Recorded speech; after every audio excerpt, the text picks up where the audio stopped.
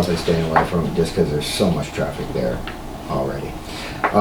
Oh, the other thing is, I got to thank the people, including your daughter, that jumped in and the fire police.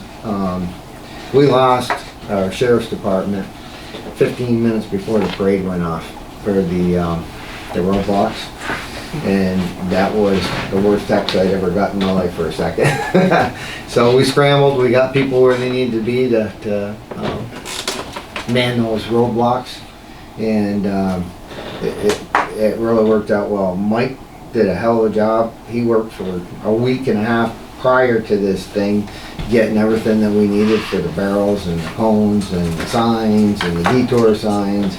And then, even though he was in the parade, he was still in charge of blocking the road with the cones and then picking them all up right after. So, thank you to the highway guys also. I can't, well, especially you for getting it done, because, like I said, there was a hot minute there that I was like, oh boy, are we in trouble? Because the last thing I needed was a bunch of cars coming up State Route 22B that were not in the parade.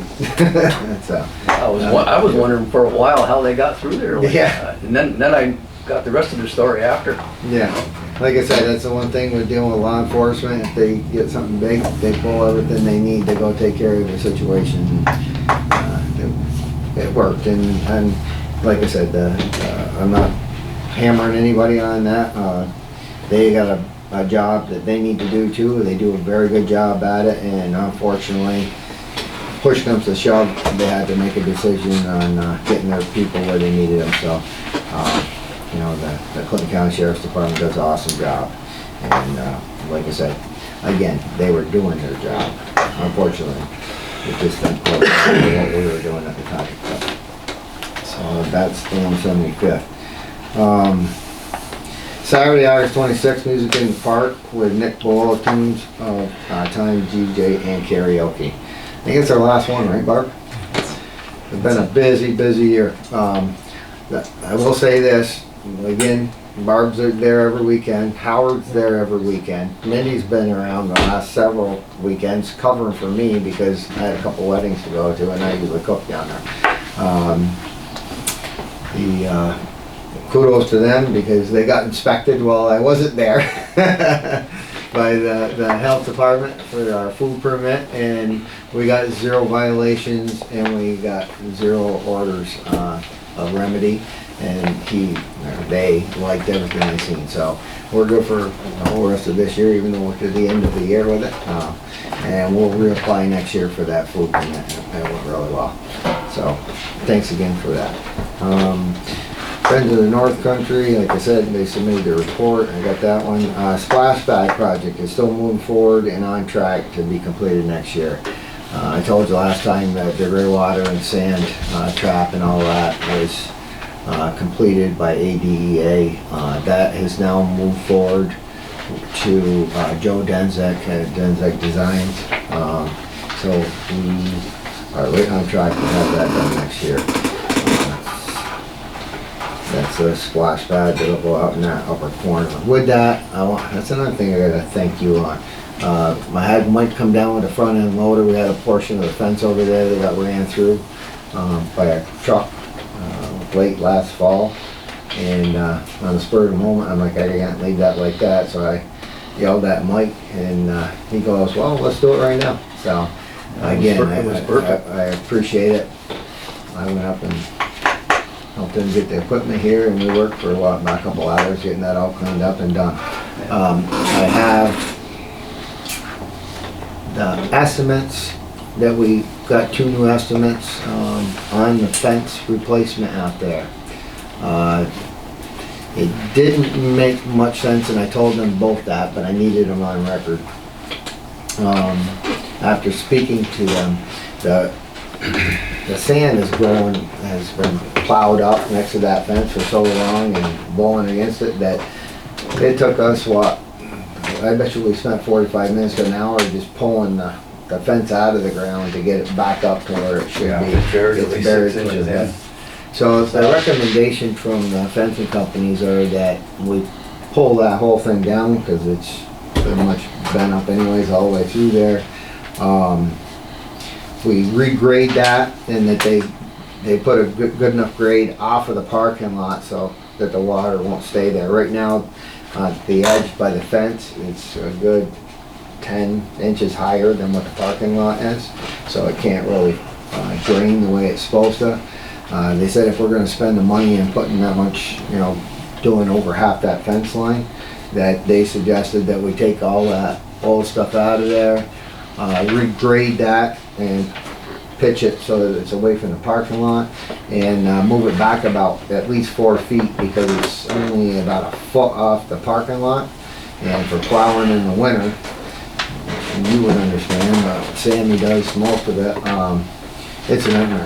We can't get close to that, and they suggest moving it back about 4 feet. So what I suggest is that rather than throw money at that fence this year, being that we're so close now, months-wise, to starting a splash pad and having a fence put in over there, which is part of that project, and opening in that fence in the corner to go to it, that we just hold off on it, leave it the way it is right now, because we've got it all cleaned up and put back together for now, and we cut out the posts that were bent over and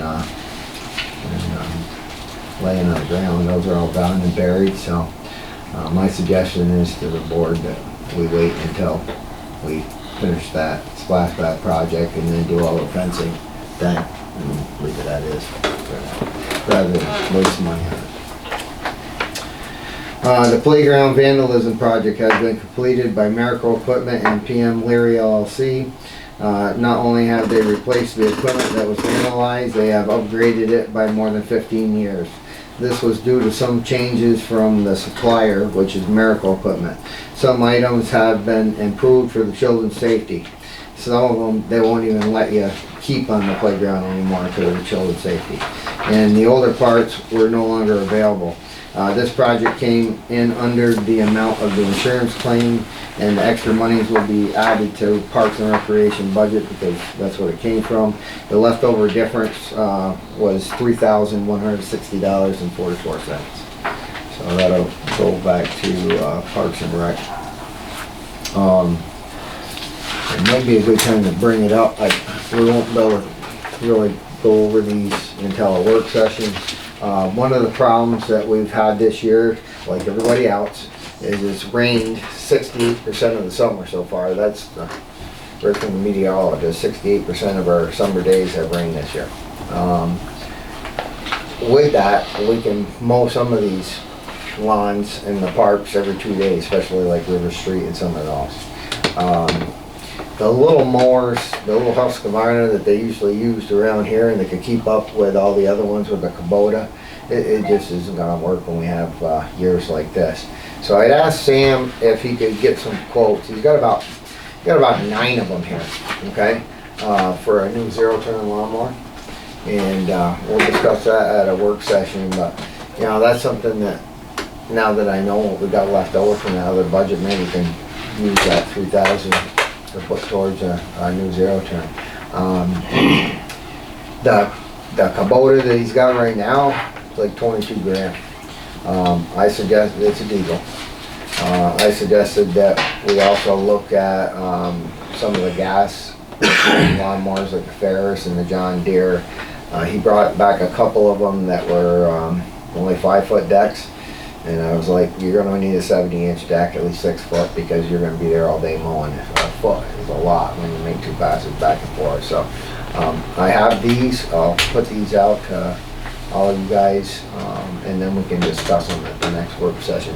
But I'd really like to see him get another larger mower because, like I said, that diesel is getting older. It was down for over 3 weeks when it broke the middle shaft on it, and they said it'd take about 5 to 6 days to order the part, and then that turned into 2 weeks, and then that turned into 3 weeks, and I brought my mower down and he brought his mower down just to keep up with the part. So like I said, we really should get him another mower so that we're splitting some of the time on the big diesel, and it makes it easier if something breaks or goes down. That they're not backing it up with that little tractor, because that tractor I fixed that 4 times for them already. It's gonna keep on breaking parts because it is not made to mow, you know, for 8 hours a day, every day of the week. So just to give you a heads up on that. That we got some lawnmowers to look at.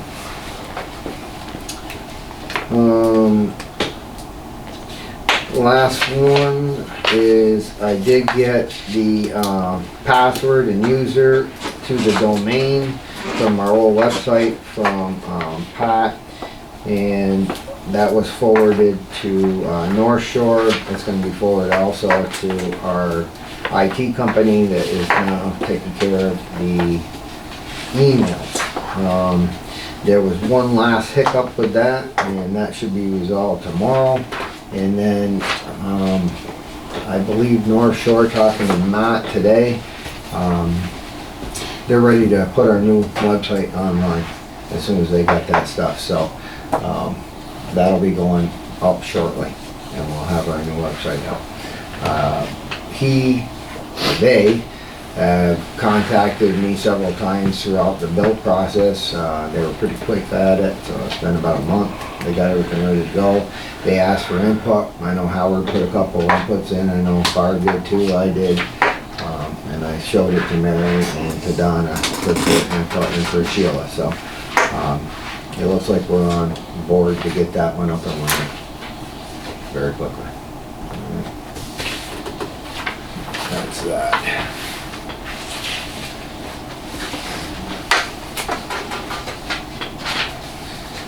Alright.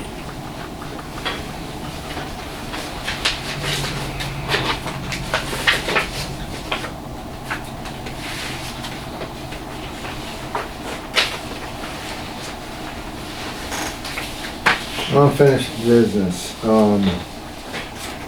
I gave you guys a schedule of fees that Howard worked on about a month and a half ago. Does anybody have any issues with them?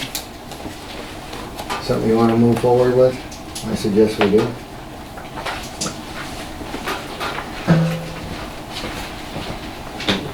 I don't have an issue. Everybody good? Is there, may I ask a question? No. I'm going through this, and potentially you need to put in a fee for, you know, a floodplain permit and whatnot. So I don't know if there's a fee built in there for that type of permit or not, but just something to think about. We got, just so everybody's on board and you guys, we got the final from FEMA. If you remember, about almost 2 years ago now, I went to war with FEMA over the new flood plains and where they were going to be and where the new lines were going to be drawn at and the whole nine. I didn't get everything I wanted, but they did pull back those lines in a lot of areas. Okay, some of them we couldn't argue with. The county jumped on board with that, as well as a couple other towns that were affected heavily by it. And FEMA did listen to us, even though they said, and they said that several times, we don't have to. But they did listen to us, and they did pull back on some of those lines. So the new FEMA maps are now out. And have been drawn, and part of that is that there's a regulation that we have to have a local law in place for our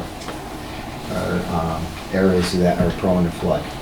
So the feds came up with a generic, so to speak, law that you can utilize to do that, but you also need to tailor some parts of it to naturally the specifics of your town and geography. So I have Mr. McCormick working on that, and he's been working on it most of the meeting. Yeah. Looking that over and giving us some guidance on what we need to do here or what his suggestions are, and before we go ahead and do that local law. All right. Okay. Are Questions we on still that? on unfinished business? I have Sure. one thing to Yeah, ask. go ahead. Okay. About 18 months ago, and I spoke to Vern a long time about it, possibly the River Street Park, renaming it. And Vern and I spoke quite a while. Mike, I'm not sure if you remember it or not, the discussion of two Vietnam veterans. One, at one point, actually lived on River Street. And a long time ago, of course. But is there a chance I could bring it up at the next work session? Possibly, if the board would consider the renaming of that park? I mean, it's known as just River Street Park now. But, We had discussed that at quite some length Yes. at that time. We did, And, like a year and a half ago, kept. yeah, and Exact. what we had, I thought, what we had kind of pinned it down to is naming it like a memorial park for all the veterans and the persons of this town that have served all the branches of the armed services. And I had talked to John Rock actually about that, because we had talked about getting stones of each of the branches of service and then putting flags down there and renaming it and dedicating it.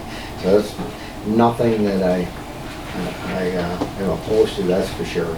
Yeah. But I would certainly, rather than only like to name it after, like I said, a memorial park Yeah. for all of them, rather than just pick out a couple individuals. Yeah. Not that those individuals aren't deserving of it, because they did serve and Yeah, one of the ultimate lost their life, sacrifice, so sure. that- I don't remember. but if we could Like that. discuss that at a work session, possibly, Yeah. it would yeah, be we great. can Thank you. Revive it. Yeah. Okay. The other, let's see, unfinished, new business.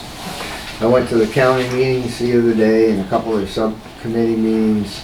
One of the things that piqued my interest is what I talked about. It's really old business, I guess, for us, but, I talked about it last year.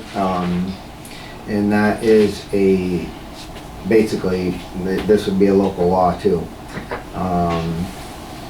It authorizes the real property office in Clinton County, theirs did, for tax exemption to qualified volunteer firefighters and volunteer ambulance workers. So it's something that the state came out with and okayed 9 months ago probably.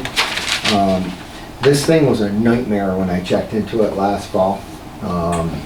And the exemption was $250 on your property tax, but it was really paper intensive. It was a nightmare for people who tried to get it done. The exemption that you get for a volunteer firefighter or EMT is $200 straight up on your regular deductions. So it was just easier, like I said, to do it. Now that the county has passed theirs, and if I'm not misspeaking, theirs doesn't go into play until 2025, the end of 24. Now that they have passed this, that's gonna allow for an additional $250. So basically each entity would allow, if their governing body did it, would allow for a $250 exemption. So, like I said, last year if we did it at the town, it would have been $250, so they get a $200 exemption on the tax if they go that route anyways. When this comes into play at the county, it would double it. So instead of being just our $250, it would be the county would exempt them from the county taxes up to $250 automatically. We would exempt them for $250. The last one that would have to, or would have the chance if they wanted to, and I'd like to talk to them about it. We have 2 school districts that we serve in our town, Peru and Saranac. If the school districts put this exemption in, then you're looking at 3 times the $250, you're looking at $750 that they would get out. So now it's started to make it worth their while. And this is all to promote volunteerism, because those numbers are decreasing annually, okay? The volunteers, people are busy, they want to get paid for their time. Most families today are 2 income, serving households. So it's hard. So, will it entice somebody to maybe help out at the ambulance station or a fire department? Maybe. If not, the other biggest part we have in the fire service for an issue is retention. This will go a long way for retention if they got a $750 credit each year. Right now, it looks like they'd be at least 500. The county did pass theirs, and I'm not gonna spin my heels on this, but if the board wants me to, I will work on this.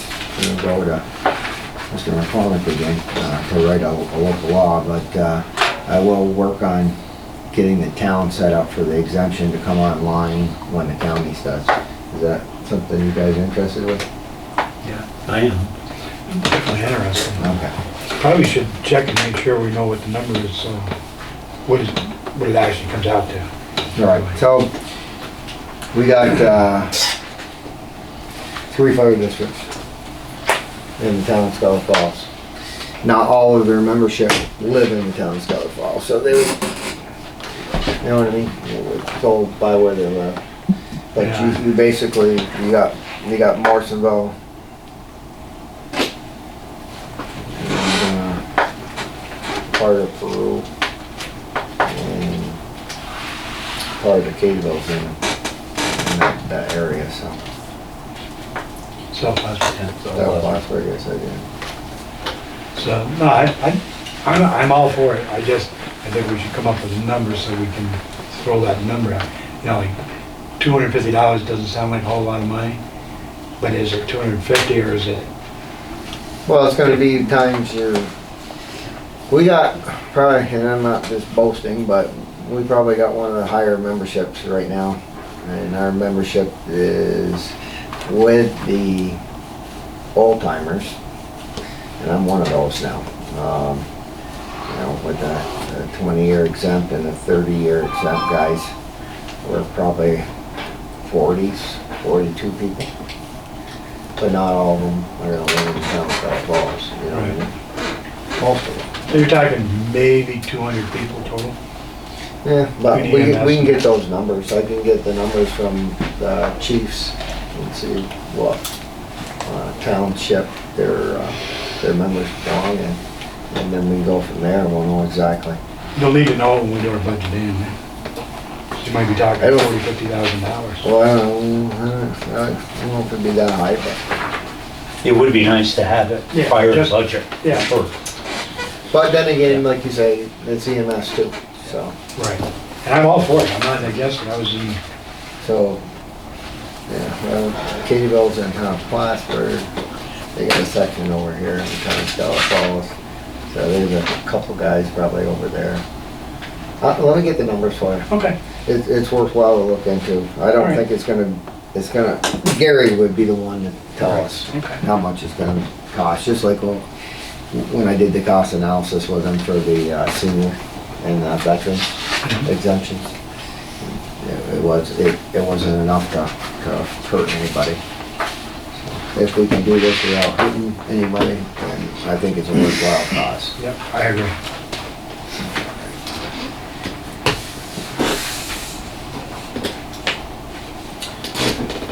Okay. Anybody else got any new business? All right, brings us to resolutions. All right, resolution 2371. This is one of the 2 for the ban that we talked about in the Marshall Water Project. The Town of Schuyler Falls resolution implementing the water service connection restrictions to properties in agricultural districts along Flat Rock Road. Motion by, whereas the town board has previously authorized a water improvement project for the Marshall Water District to replace certain existing water mains and to relocate the existing water transmission main from its current inaccessible location to Flat Rock Road and through the lands of Janus Rock, ET, to the existing water storage tank site. And whereas the lands of Janet's Rock are within an agricultural district, and approval to install the water main through said lands must be approved by the New York State Department of Agriculture and Markets, the department, and whereas the department, in order to provide said approval, is requiring that the town implement restrictions on water service connections to properties within said agricultural district. Now therefore be it resolved that the town board approves the following restrictions and associated conditions regarding the water service lateral connections for properties within the area affected by the agricultural district. The Town of Schuyler Falls imposes the following conditions on the management of the water lines located from the Flat Rock Road south through the lands of Janus Rock ET within an agricultural district map, of which is attached to the resolution showing the boundaries of the agricultural district in relation to the parcels indicated. The only land the only land and or structures which will be allowed to connect to the proposed water line within the agricultural district will be existing structures at the time of the construction, future agricultural structures, and land and structures that have already been approved for development by the local governing body prior to the date of the filing of the notice of the intent by the municipality. Land and structures that have been approved for the development refer to those property structures that have been brought before a local governing body where approved, e.g. subdivision, site plan, special permit is needed to move forward with project plans and the governing body has approved the action.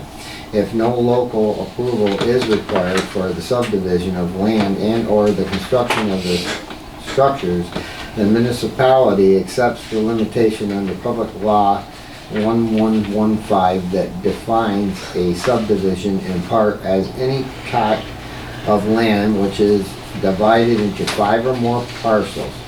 Water service will not be provided to more than a total of 4 residents, buildings, and or structures on any tract of land which has been divided into parcels after the date of the filing of the NOI by the municipality, where no local approval is required and the land is located within a county adopted state certified agricultural district.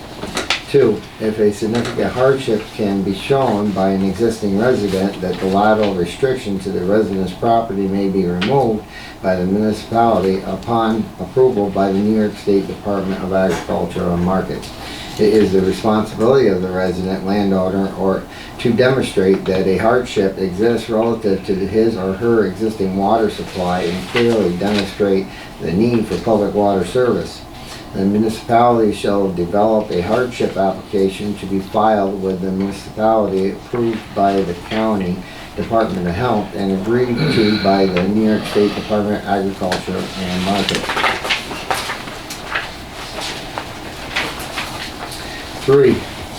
If it can be demonstrated to the New York State Department of Agriculture and Markets satisfaction that the landowner requests the county to remove his or her land from the agricultural district at the time of the district review and the county legislative body refused to do so, lateral restrictions may be removed by the municipality and the New York State Department of Agriculture and Markets determines that the removal of the restrictions for the subject parcel would have not an unreasonably adverse effect on the agricultural district. And 4, if the land is removed from a county adopted state certified agricultural district and the district has been reviewed by the county legislative body and certified by the commissioner for modification, lateral restrictions imposed by the municipality are no longer in effect for the parcels of land that have been removed from the agricultural district. Be it further resolved that the above restrictions shall be immediately, be effective immediately. That's where we find this stuff. So I called, because that's a whole mouthful, right? And I called and talked to our partner at Douglas Goodfriend, the lawyer over there, and I said, I want to know what this whole load of language means. And basically, you didn't attach that map, did you? I didn't get a map. Got one. Well, I can go get one.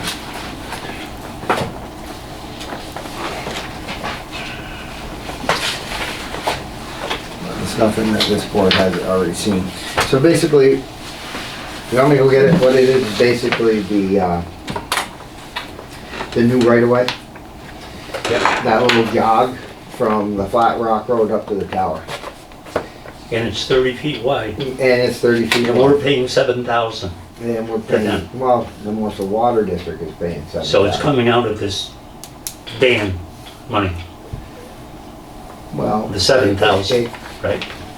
I can't answer that one, if it's coming out of any of the grant money or if it's coming out of the band money, but, Okay. the grant, in a way, essence, you're right, because in order to get grant money, you have to spend the money. So you need the band to cover the expenses so that you can get reimbursed by the grant money. Because that's the way it goes. You have to spend the money and then they give it back to you. So ultimately, at some point it is, I don't know finally where it'll- each part will come out of, but yeah.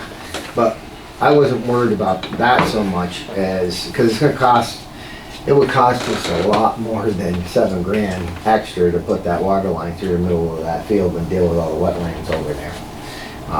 And then we'll have to deal with maintenance operation in the middle of the wetlands, in the middle of the field, where now it'll be alongside the road, so it's a win-win.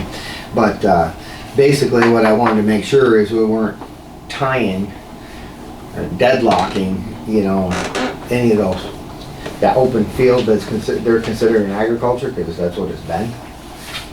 And tying their hands so that they couldn't do it, but it only exists within the right of way, so. Is there any other questions with that? Easement area, you mean? Yes. The easement. Since it's survey. Get my terms right, but yeah. Yeah. Well, is the easement just for the water line or for utilities? No, it's, If you word it, That's a good question. if you word it as I utilities, then you always understand. have the right to put gas or power or yeah, anything whatever. down. We're never gonna see gas, but. Well, it's just not with the a local future state reference, just the affairs. wording of it. If you word it differently, then you can do more just water to it. Yeah, that hasn't been written yet, that's what. Just something to think about. Yeah, I agree with you. Water can be considered a utility if I'm not mistaken, so. Oh, it is. Yeah. We could write it that way, but, But it just leaves you for future, and if you want to do something else. In that third step, you could always put something else in there. yep. So, I guess if there's no further discussion, can I get a motion? Motion. Mr. Perrin, Second. sure. Discussion? Roll call. Mr. Hamel? Yes. Mr. Parati? Yes. Mr. Bruno? Oh, sorry. Mr. Facto? Yes. Mr. Randall? Yes.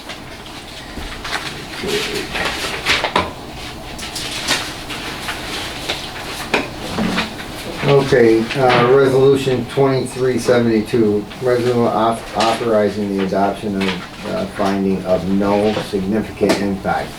So this is part of that 1A, 1B, the NOFAR and NEPA that we'll be going through, and I just butchered all those acronyms, but that we're gonna be going through for the feds on the congressional funding, which is basically like they're in ERR. But anyways, whereas the Town of Schuyler Falls, hereinafter town, was awarded a $1.25 million grant from the New York State Office of Homes and Community Renewal, ORC, for a community development block grant pursuant to Title I of the Housing and Community Development Act of 1974, as amended for the Morrisville Water Improvements Project, CDBG project number 1047 PW 17-21, and whereas under the National Environmental Policy Act of 1969, NEPA 42 USC 4321, the town is assuming the NEPA environmental review responsibilities for the project from the U.S. Department of Housing and Urban Development, or HUD, according to HUD environmental review regulations at 24 CFR Part 58, and whereas the proposed action has been determined to be classified as categorically excluded as defined in 24 CFR 58.35A, and some activities are affected by federal environmental statutes and executive orders, and whereas the town board has determined that an environmental assessment under NEPA is not required, and the proposed action will not result in any significant impact on the environment. Now therefore be it resolved that the town board authorizes the town clerk to file a finding of no significant impact on FONSI funds in accordance with the application provisions by law. So can I get a... I have no idea what you just So yeah, so basically this is like a, and I could ask the attorney, but tell me if I'm way off. It's kind of like the seeker process where they look at the review of the project and determine whether there's going to be a significant impact on any of the neighbors or the environment or any of that. So that whole mouthful says that it wasn't found to be, and that we're taking lead agency and declaring it as such after all the work has been done. Okay, and it goes through the town clerk? Well, Well, it she goes to files me, it, but and we then I have find to out, I ask do where I it. file in a folder. Yeah, it actually goes in my In your folder? my CDBG. Yeah, it doesn't go to anywhere It's a- else. Okay. It's another piece of paper that they require. And this is, like I say, for the grants. Sure. So, zoning resolutions, so, motion by Reggie. Seconded by Mike. Roll call. If there's no further discussion. Roll call. Mr. Hamel? Yes. Mr. Parati? Yes. Mr. Facto? Yes. Mr. Randall? Yes.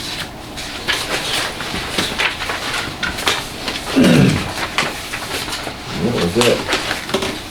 Motion, resolutions tonight. Okay.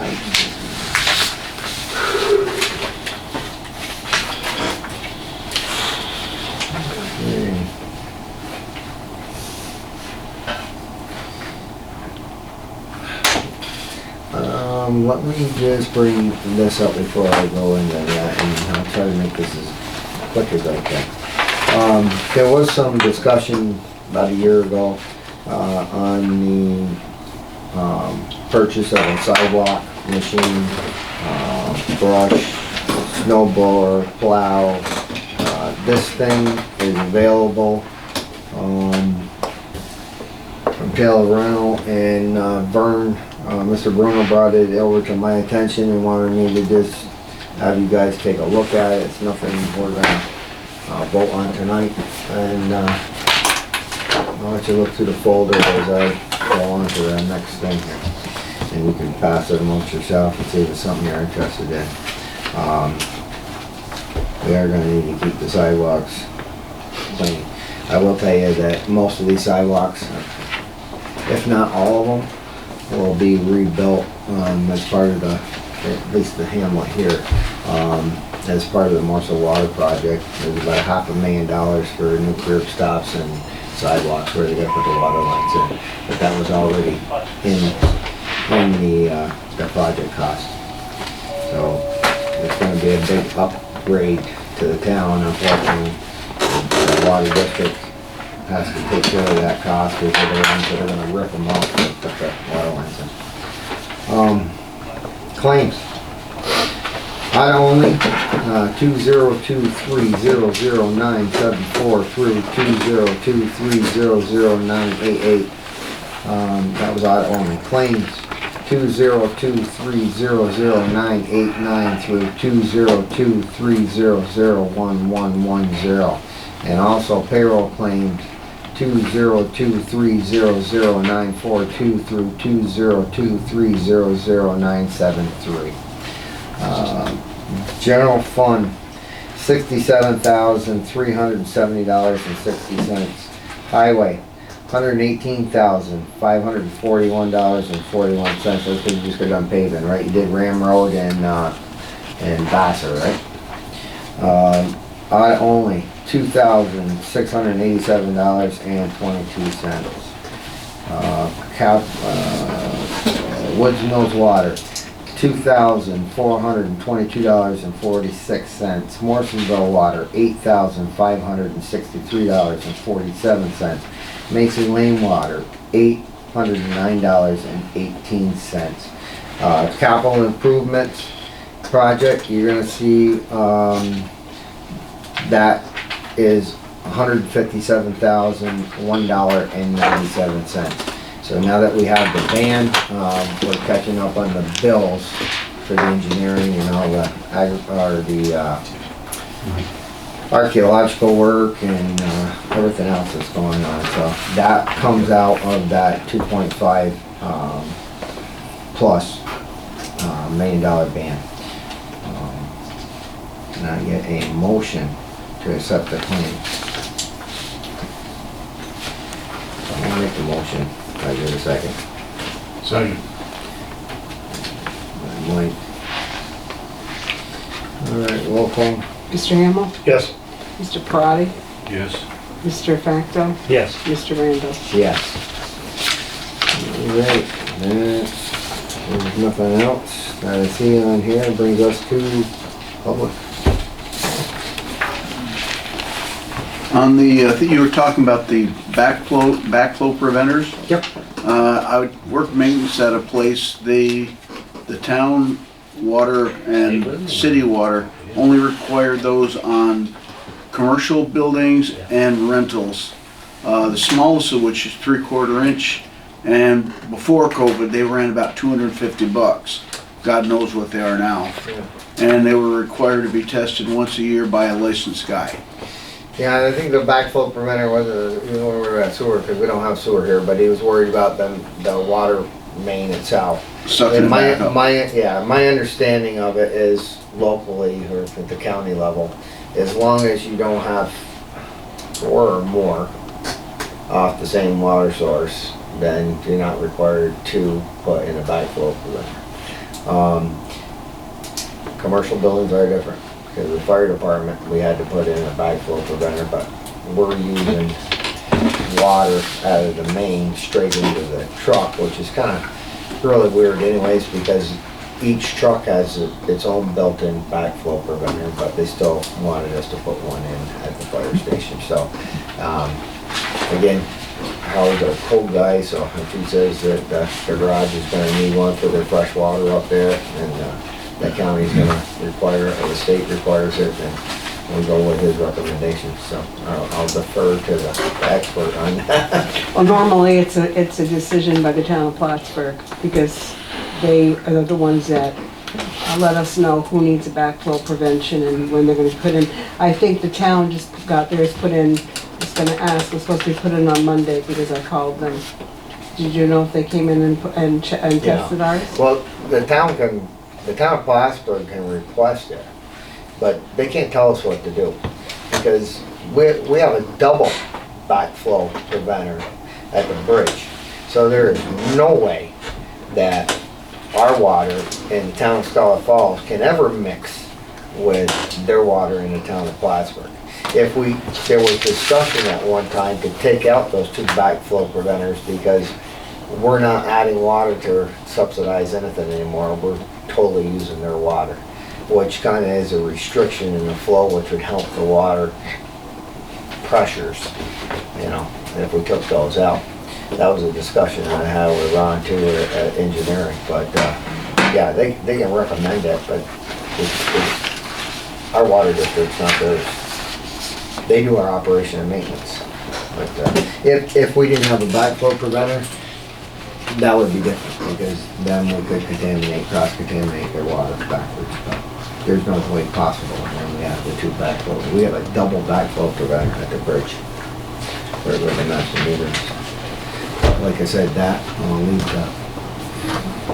Wouldn't we want something to protect ourselves? Like What's that? say for instance, quick commercial, that auto sales or repair shop down here on Main Street.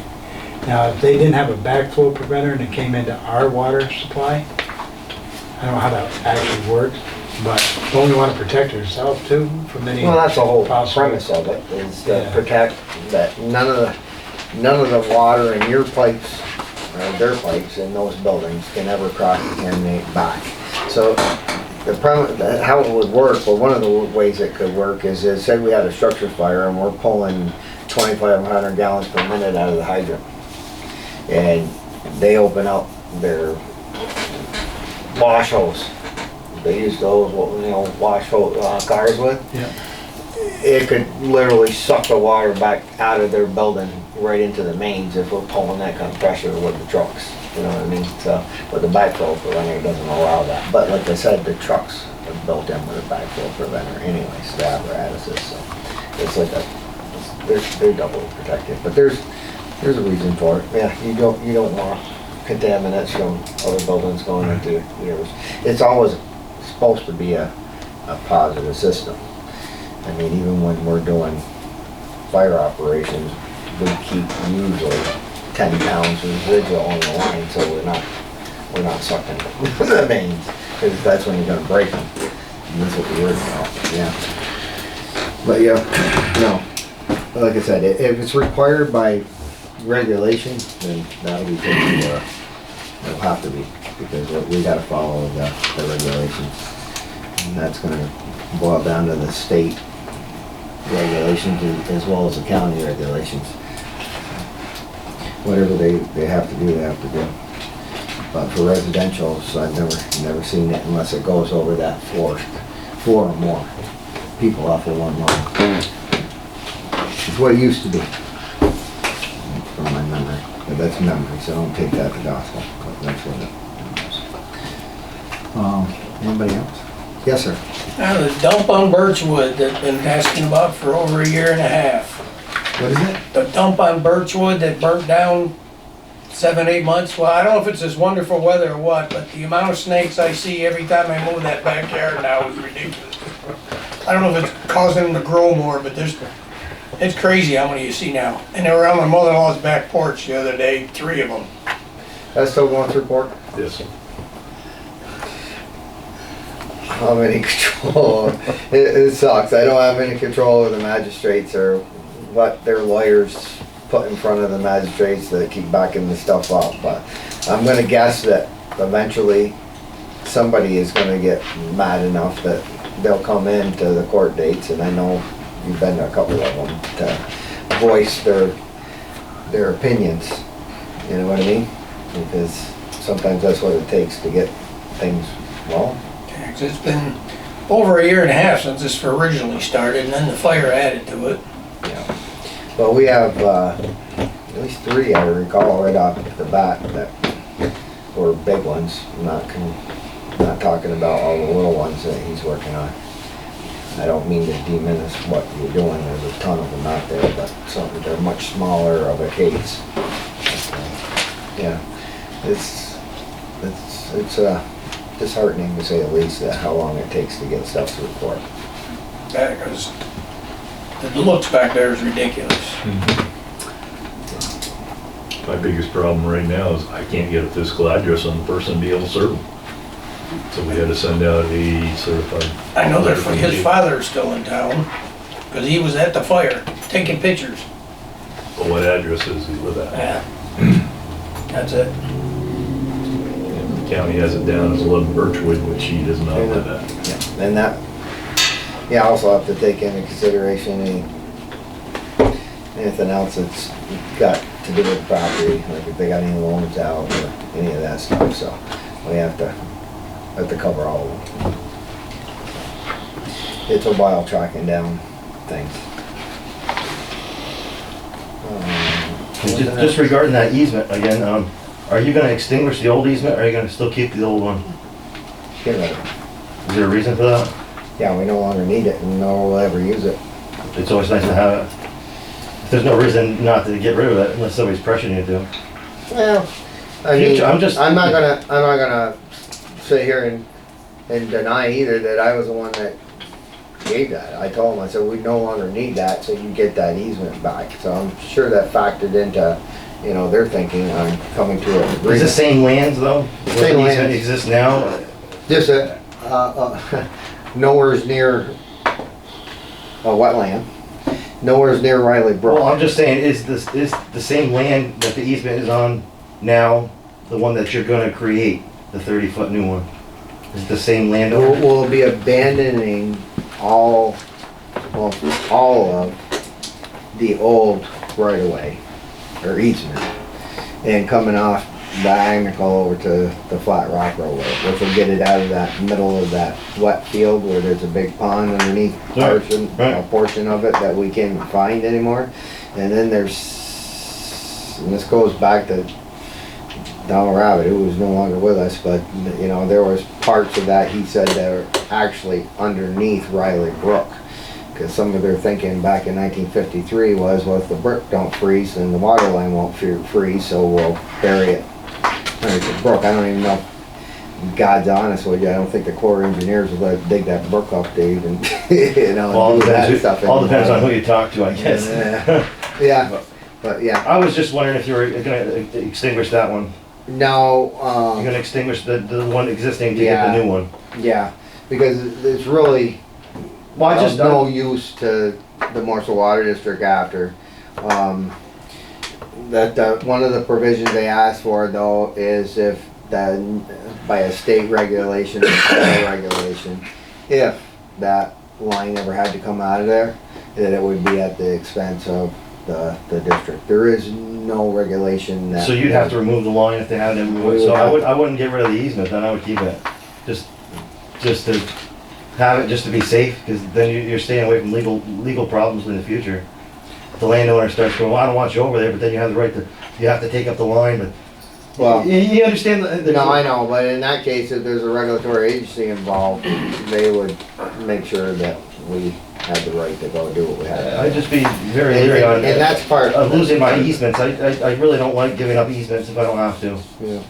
Well, they didn't really. you never know what's gonna happen in No, the I future. agree with you, Jason, but I will also tell you that they really didn't want to give up an easement through the middle of their forested good land. And, you know, it's always a give and take in these things. And, like I said, if we really had to put that water line back through the center of that field, it would cost a lot more than where we're putting that water line right now. It's been an ongoing problem that could have been done years ago, but I agree with you.